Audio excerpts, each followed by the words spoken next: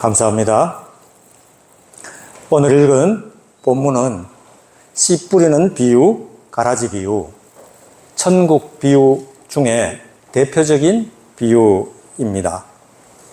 이 말씀을 하기 전에 마태복음 12장 22절 이하에 보면 예수님이 말씀을 전하시는데 사람들이 귀신 들려서 보지 못하고 말 못하는 사람을 데려왔습니다. 예수님께서 그 귀신을 내쫓으시니까 이분이 보게 되었습니다. 그때 바리새인들이 하는 말은 예수가 바알세불, 귀신의 왕의 힘을 빌어서 졸개 귀신들을 쫓아낸다. 이 말을 할 때에 예수님이 뭐라고 말씀하셨느냐? 예수님은 열매로 나무를 아느니라. 주님이 말씀하시는 열매는 뭐냐? 말입니다. 속에 선한 것이 쌓인 사람은 선한 말을 하고 악한 것이 쌓인 사람은 악한 말을 한다. 바리새인들처럼 독한 말을 하는 사람들이 바로 독사의 자식이다. 야, 이 독사의 새끼들아. 이렇게 이야기합니다. 여러분, 하나님은 마지막에 우리를 열매로 판단하세요. 지금 아무리 잎이 무성해도 열매가 없으면 뿌리가 말라서 밑둥이 다 말라버린 야고보서에 나오는 그런 뿌리 없는 가을 나무처럼 되어버립니다. 그런데 누가 이렇게 묻습니다. 그러면 선한 말도 하지 않고 악한 말도 하지 않는 사람은 어떻게 합니까? 예수님이 분명히 말씀하셨습니다. 기도하고 돌아가면서 옆집 사람 아파트 산 이야기하고 옆집 아저씨 이야기하고 이게 다 무슨 얘기입니까? 중립적인 얘기죠. 그런데 영적인 세계에는 중립이 없습니다. 악하거나 선하거나 그런 쓸데없는 소리를 하는 사람은 지금 현재 열매가 아무 쓸데없는 상황이에요. 예수님은 분명히 말씀하시기를 12장 38절에 내가 너희에게 이르노니 사람이 무슨 무익한 말을 하든지 심판날에 이에 대하여 신문을 받으리라. 네 말로 의롭다함을 받고 내 말로 정죄함을 받는다. 아무도 우리를 정죄하지 않습니다. 내가 이 땅에서 했던 내 말, 그게 우리의 열매예요. 하나님은 열매를 보고 우리를 평가하십니다. 그래서 성경은 누차 말을 적게 하라. 말을 적게 하다 보면 꼭 필요한 말, 유익한 말만 하는데 쓸데없이 말 많이 하다 보면 무익한 말을 하게 되고 결국 나중에 그 말 때문에 심판을 받는다. 그리고 계속해서 예수님의 어머니가 찾아옵니다. 동생들을 데리고. 그때 예수님 말씀은 누가 내 어머니요? 내 형제냐? 하나님의 뜻대로 행하는 자가, 다른 말로 하면 지금 말씀을 듣고 순종하는 자가 내 형제요 자매요 내 어머니라. 그 말씀을 마리아가 들었으면 얼마나 섭섭했겠습니까? 아마 마리아는 이렇게 찾아왔을 거예요. 지금 예수가 귀신 들었다는 소문이 나니까 아들을 찾아와서 너 똑똑하고 성경 말씀 많이 하는데 고향 가자. 고향 가서 랍비하자.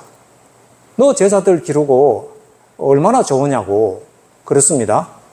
요즘 우리말로 하면 마을 서당에 훈장하면 잘 먹고 살 수 있는데 왜 여기 와서 갈릴리 촌놈들 데리고 몇 명 되지도 않는 제자들 데리고 하나님 나라가 어쩌고 그러고 있느냐.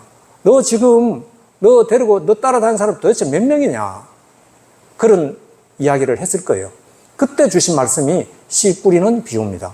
지금 보기에는 이 씨가 땅에 떨어져서 죽어가고 돌밭에 떨어졌는데 말라버리고 가시떨기에 떨어져서 시들어버릴지 모르지만 그러나 그 중에 좋은 땅들이 있어.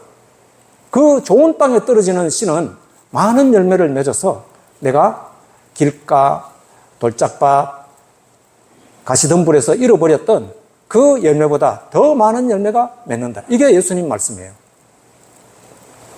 그런데 좋은 땅에 떨어졌다고 전부 좋은 결실을 하느냐? 성경은 좋은 결실을 한다예요. 그런데 하는 과정이 결코 녹록지 않습니다. 그 좋은 결실을 하는 과정에 대해서 두 번째로 하신 말씀이 가라지 비유입니다. 어느 날 농부가 밭에 좋은 씨를 뿌렸는데 한참 지나고 보니까 싹이 나고 결실할 때에 가라지도 보이거늘 하인들이 와서 주인이여 지금 좋은 씨를 뿌리지 아니하였나이까? 그런데 어떻게 가라지가 났습니까? 주인은 원수가 와서 우리가 잘 때에 뿌렸구나. 여러분, 여기서 원수는 마귀입니다. 뒤에 비유 해설이 36절부터 나옵니다. 밭은 세상이요 좋은 씨는 천국의 아들들이요 가라지는 악한 자의 아들들이요 가라지를 뿌린 원수는 마귀요. 마귀가 하나님의 밭에 자기 자식을 뿌립니다. 여러분, 교회에 이상한 사람들이 있는 그걸 정상적으로 생각해야 돼요. 예수님은 당연하다고 봤습니다. 마귀가 역사하지 않는 교회가 문제죠. 마귀는 죽은 교회, 잠자는 교회 안 건듭니다.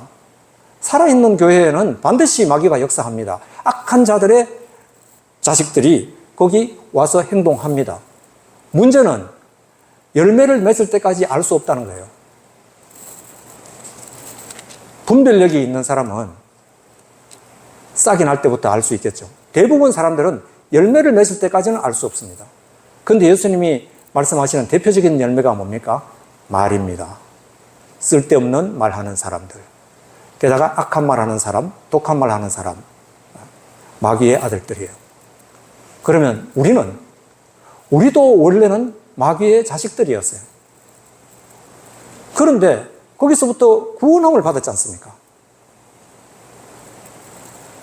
그러면 왜 구원해 주셨겠습니까? 그것은 좋은 열매 맺으라고. 하나님은 우리를 좋은 열매 맺으라고 부르셨어요. 그런데 여기 종들이 묻습니다. 그렇군요. 거기까지만 하면 되는데 그러면 이 가라지를 우리가 뽑기를 원하시나이까? 뽑아버려야 되지 않습니까? 지금 항변하고 있는 겁니다. 근데 주인은 가만히 두라. 가라지를 뽑다가 곡식까지 뽑을까 염려하노라. 왜? 이스라엘에는, 팔레스틴에는 밭을 메고 곡식을 자라게 하는 일꾼 따로 있고요. 추수 일꾼이 따로 있습니다. 추수 잘할 수 있는 일꾼은 굉장히 적습니다.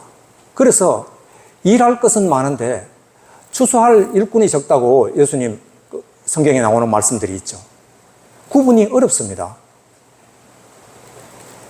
여기서 말하는 가라지는 우리 피하고는 조금 다른데요. 피는 벼와 완전히 차이가 나지 않습니까? 잘 고를 수 있는데 여기서 나오는 지자니온이라는 독버섯, 독보리의 일종은 밀이나 보리와 별로 구분이 되지 않습니다. 아주 분별력이 있는 사람 아니면 구분이 안 됩니다. 그래서 함부로 추수해서 같이 먹고 나면 복통을 일으키고 심한 경우에는 사망에까지 이릅니다. 여러분, 교회에는 하나님의 말씀도 있지만 하나님의 말씀 아닌 말씀도 있어요. 어떤 분은 대표적인 말씀을 네 시작은 미약하였으나 내 나중은 창대하리라. 그건 욥의 말이 아닙니다. 나중에 그 말한 사람이 하나님께 꾸중을 들었어요. 사탄도 우리에게 계속 이야기를 합니다. 너 이 선악과를 먹고 나면 하나님처럼 될 거야. 맞는 말입니까? 틀린 말입니까? 맞는 말입니다. 그런데 그게 사탄의 말이었어요. 조심해야 됩니다. 성경은 하나님의 말씀을 인간의 언어로 고친 거예요. 그러니까 그 속에 인간적인 이 문화나 인간적인 것이 들어있겠습니까? 없겠습니까? 있습니다. 설교도 똑같습니다. 하나님의 말씀을 우리가 알아듣는 그 인간의 말로 하다 보면 이 말 속에는 쓸데없는 것들이 들어갑니다. 그런데 지혜로운 사람은 그 중에서 하나님의 말씀을 골라냅니다. 금광에 가면 막 캐면 금이 저절로 막 나옵니까? 안 나옵니다. 금을 캐면 금과 돌이 섞여 있어요. 그 섞인 금 광석을 가지고 재련소에 보내서 거기에 금을 골라내고 돌은 버립니다. 이 작업을 수도 없이 합니다. 실제로 금은 거기 몇 프로 되지 않습니다. 나머지는 전부 다 돌이에요. 그런데 기가 막히게 그 돌을 버럭이라고 합니다. 버럭만 골라가지고 버럭 화내는 사람들이 있습니다. 바보 같은 사람들이죠. 그 속에서 금을 캐야 되는데 내 마음이 돌 같다 보니까 돌 같은 내 마음이 은혜 속에서 온전히 녹여지지 않으니까 항상 하나님 말씀 속에서도 돌을 캐는 사람 있습니다. 예수님 말씀은 네 속성대로 말을 듣는다. 여러분, 돌 같은 돌짝밭이 누굽니까? 나예요. 씨가 잘못된 게 아니에요. 아무리 좋은 씨가 떨어져도 내 마음이 돌이니까 그게 뿌리를 내리지 못하는 거예요. 항상 말씀 받을 때는 아멘으로 시작했는데 얼마 못 가서 뿌리를 못 내리고 나중에 태양이 뜨면, 여러분, 곡식에 태양이 있어야 됩니까? 없어야 됩니까? 싹이 나면 태양이 있어야 돼요. 그런데 뿌리를 깊이 내린 사람에게는 그 태양이 엄청난 은혜가 되는데 뿌리가 제대로 내리시지 않은 그런 싹에는 태양이 재앙이에요. 말라 죽습니다. 오늘 본문에 분명히 이야기합니다.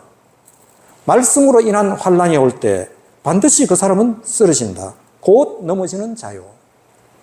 여러분은 돌입니까? 좋은 밭입니까?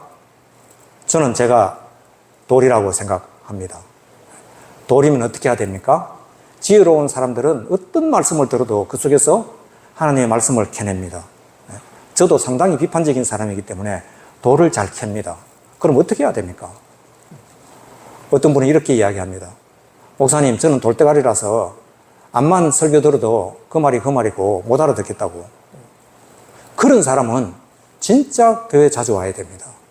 네가 돌대가리면 계속해서 말씀을 받아야 됩니다.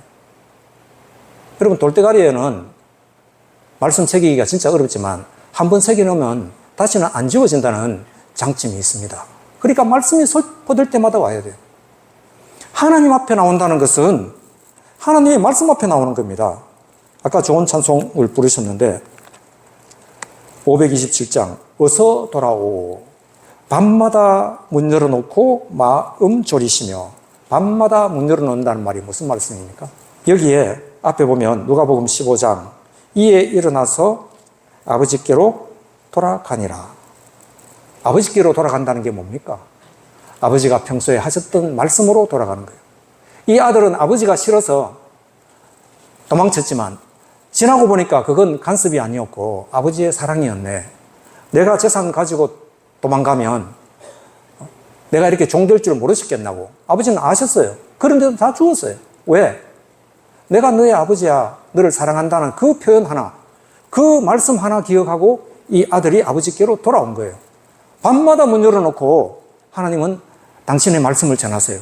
당신의 사랑을 전하시는데 우리가 그 말씀에 대해서 문을 닫을 뿐입니다. 그 다음에 예수가 우리를 부르는 소리, 그 음성 부드러워. 예, 예수님 우리를 부드럽게만 부르십니까? 예, 그렇지 않습니다. 교회 자주 안 오는 분들에게는 부드럽게 부르세요. 자주 오는 분들에게는 어떻게 합니까? 주님이 주님의 손으로 때리시고 어루만져 위로해 주시는. 예수님은 이제 잘 자라야 될 그 싹 곡식에는 가만히 두시지 않아요. 때리시고 어루만지세요. 내가 늘 멀리 있으니까 늘 위로의 말씀만 들리죠. 진짜 주님 앞에 나와보세요. 위로의 말씀만 들리는지. 너무너무 가슴 아픈 말씀을 많이 주세요. 그런데 지나고 보면 그 말씀을 주시는 하나님의 마음이 더 아프신 거예요. 여러분, 아이들이 넘어지는데, 넘어져서 일어나야 되는데 요즘 어머니들이 안 일으켜 주잖아요. 울고 쳐다봐도 가만히 둡니다. 왜? 가슴 아프지만 지가 일어나 버릇해야 되는 거예요. 그런 겁니다. 이 가라지가 좋은 밭에 떨어져서 곡식을 좀 먹는 것 같지만 그렇지 않습니다. 가라지 때문에 영양분을 빼앗기는 것도 있지만 가라지 때문에 우리가 더 튼튼해져요. 경남 하동에 가면 이영문 씨라고 태평농법의 창시자가 있습니다. 90년대에 그 책이 나왔는데 세상에서 가장 게으른 농부, 3만 6천 평 되는 땅을 혼자 농사 짓습니다. 벼농사를 합니다. 기자들이 그렇게 이야기를 했습니다. 그 책을 읽어봤는데 정말 일리가 있습니다. 3만 6천 평을 혼자 논농사를 지어야 되는데 거기에 물을 대겠습니까? 안 되겠습니까? 물을 안 댑니다. 경운기 갈겠습니까? 안 갈겠습니까? 안 갑니다. 그러니까 무경운, 무비료, 무농약. 그냥 직파를 하는 거예요. 팔레스틴이 그렇습니다. 왜 길가밭에 떨어지고 돌짝밭에 씨가 떨어집니까? 먼저 직파해놓고 그 다음에 쟁기 갖고 한번 갈고 치웁니다. 갈다 보니까 돌짝밭이었어요. 지금 그 씨 일일이 곤란하지 않습니다. 자, 이영문 씨가 그렇게 태평농법을 했는데 문제는 수확이 일반 농보다 그렇게 떨어지지 않습니다. 무농약, 무비료를 했으니까 잘 안 자라야 되잖아요. 그런데 너무너무 잘 자라는 거예요. 온갖 잡초가 다 있는데, 온갖 벌레들이 다 있는데 거미가 가장 많이 발견됐어요. 얼마나 벌레가 많으면 그 밭에, 그래 논이 아니에요, 밭이에요. 밭에 벼를 뿌리는 거예요. 이분 이야기는 우리는 태풍이 와도 걱정하지 않습니다. 태풍이 오면 벼가 쓰러지고 물에 잠기고 그래서 그 피해가 더 큰데 우리는 태풍이 와도 벼가 쓰러지지 않습니다. 왜냐하면 잡초들이 함께 거기 있기 때문에. 잡초가 우리에게 손해보는 것 같지만 내 신앙을 키우는데 오히려 훨씬 도움이 됩니다. 주님이 그걸 모르고 사탄을 쓰겠습니까? 욥기에 보면 사탄이 와서 하나님의 허락을 받고 욥을 시험합니다. 그러니까 가만히 두면 됩니다. 하나님의 뜻이 있으신 거예요. 그런데 사람들이 나와가지고 내가 가라지를 뽑겠습니다. 사실은 그 사람이 더 큰 악이에요. 60년대에 베트남이나 우리나라도 마찬가지라고 합니다. 반공운동하는 사람 중에 상당수가 공산주의자였다고 합니다. 왜 그들이 반공운동 하겠습니까? 매일 시끄럽게 떨면서 반공, 멸공을 외치고 나니까 국민들이 이제 반공운동 그만하세요. 질린다. 자기들이 질리게 반공 했는데 국민들이 거기에 이제는 완전히 이 실증을 느끼는 거예요. 도둑들이 원래 도둑 잡자고 이야기합니다. 자기 속에 있는 대로 얘기하는 거예요. 아무리 좋은 말을 해도 거기서 티를 잡아냅니다. 이게 악인들이에요. 분별력이 없으면 그렇게 됩니다. 하나님은 우리 보고 가라지 뽑으라고 말씀하신 적이 없습니다. 왜? 가라지를 뽑다가 알곡도 다치게 되는, 알곡에 대해서는 아무 관심이 없어. 오로지 내가 생각하는 가라지만 뽑겠다. 몰라서 그럴 수도 있습니다. 그런데 하나님은 못하게 하세요. 그게 더 큰 악이기 때문에. 가라지를 뽑는 게 어쩌면 더 큰 악이에요. 그리고 무엇보다도 가라지를 뽑다가 보니까 내가 제대로 열매 맺히는 그 시간이 없는 거예요. 하나님은 수많은 가라지를 보지 않으세요. 하나님은 알곡 하나가 다칠까? 경제성, 효율성, 하나님 나라에는 그런 거 없습니다. 하나님은 곡식 하나가 너무 귀한 거예요. 이 귀한 곡식이 다치지 않기를 기다리세요. 하나님이 기다리시는데 내가 나서가지고 가라지를 뽑다가 결국은 알곡도 다치게 하고, 이건 뭡니까? 그 알곡만 다친 게 아니고 주인에게 치명적인 손해를 끼치는 일. 그게 진짜 악이에요. 우리는 절대로 그런 자리에 가면 안 됩니다. 우리나라 속담에도 벼가 익으면 머리를 숙인다. 아직 열매가 제대로 없으니까 항상 자기가 가장 옳은 거예요. 고개를 세웁니다. 그게 교만이에요. 그러면 나는 무식한데 어떻게 하란 말이냐? 무식해서 또 그 목이 곧은 백성이 있습니다. 그걸 완악이라고 합니다. 우리가 하나님의 말씀을 잘 알아들어도 교만해지면 안 되고요. 못 알아들어도 목이 곧으면 안 되는 거예요. 하나님께서 그것을 허락하셨다. 그리고 무엇보다도 씨 뿌리는 비유에 와서 그 앞에 제자들이 묻습니다. 왜 자꾸 비유로 설명하십니까? 그것은 너희들처럼 하나님의 말씀을 알아듣는 자에게는 더 주고 못 알아듣는 자에게는 그 가진 것도 빼앗게 하기 위하여. 무서운 말씀입니다. 하나님 나라는 절대로 평등이 아닙니다. 공산주의와는 정반대예요. 공산주의는 열심히 일해도 놀아도 평등하다고 하죠. 그게 유토피아라고 하죠. 천만에요. 하나님은 공평하신 분이에요. 공평하신 하나님. 심은 대로 거두고, 좋은 걸 심으면 좋은 걸 맺고, 악한 걸 심으면 악의 열매를 거둡니다. 심판은 내가 심은 대로 심판해요. 그리고 그러면 아무것도 안 심으면 아무것도 안 심으니까 잡초가 나는 겁니다.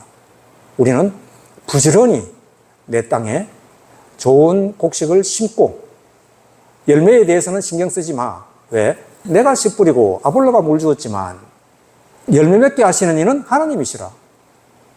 나는 부지런히 하나님의 말씀을 내게 심어야 돼요. 왜 전도가 중요합니까?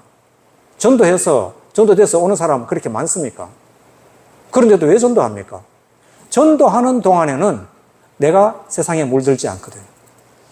먼저 내게 심는 거예요. 말씀을 심어야 됩니다. 심은 대로 거둔다. 사도행전 17장에 보면 베레아 사람들은 데살로니가 사람들보다 더 너그러워. 그런 말이 있습니다. 너그럽다는 말은 태생이 좋은 밭이라는 뜻이에요. 태생이라는 말 좋은 이야기예요. 태생이 긍정적이고 태생이 좋은 밭은 어떤 말씀이 가도 좋은 열매를 맺습니다. 그런데 데살로니가 사람들은 그렇지 않았거든요. 하나님 말씀을 전하는데 끝까지 따라와서 사람을 죽이려고 하고 그러다가 바울을 못 찾으니까 그 바울이 있었던 집 사람들을 그냥 박해하는 사람들. 데살로니가 사람들이 누굽니까? 그 사람들은 소위 말하는 바울이 전하는 이 복음을 이단이라고 생각하는 사람이에요. 그가 이단인지 아닌지는 하나님이 판단하시는 문제예요. 내가 판단해가지고 내가 하나님의 일을 한다고 앞장서다가 실은 사탄에게 붙들려서 하나님의 말씀은 귀에 들리지 않고 사탄의 도구만 되는 사람. 그 사람들이 데살로니가 사람. 그런데 베레아 사람들은 완전히 반대쪽으로 가서 말씀을 전했는데 어떻게 그렇게 잘 받아들였는지. 바울이 너희들은 정말 태생이 좋은 밭이구나. 우리의 정체성대로 말씀이 우리에게 역사합니다. 하나님의 말씀에 문제 있다고 말씀하지 마세요. 내가 돌짝밭이면 하나님 앞에 나와서 돌 같은 내 마음 곧 녹여달라고 늘 기도하고 또 그 돌 같은 마음이 안 녹여지면 더욱 말씀 앞에 나와서 말씀을 돌에 새기시는 여러분 되시기를 진심으로 축복합니다. 기도하겠습니다. 하나님 아버지 감사합니다. 아무리 주님의 밭에 가라지가 많아도 주님은 가라지에는 아무 관심이 없고 알고 하나 거기에 관심이 있으신 것을 우리는 압니다. 우리는 경제성이나 효율성을 따져서 빨리 가라지를 뽑고 싶지만 그 가라지가 오히려 알곡에게 귀한 역할을 하는 것을 봅니다. 내성을 길러주고 인내하게 만들고 언젠가 주님의 나라에서 아름다운 열매로 모습을 나타내게 될 줄로 믿습니다. 그때까지 인내할 수 있는 저희가 되게 하여 주옵소서. 감사하며 예수님 이름으로 기도합니다. 아멘.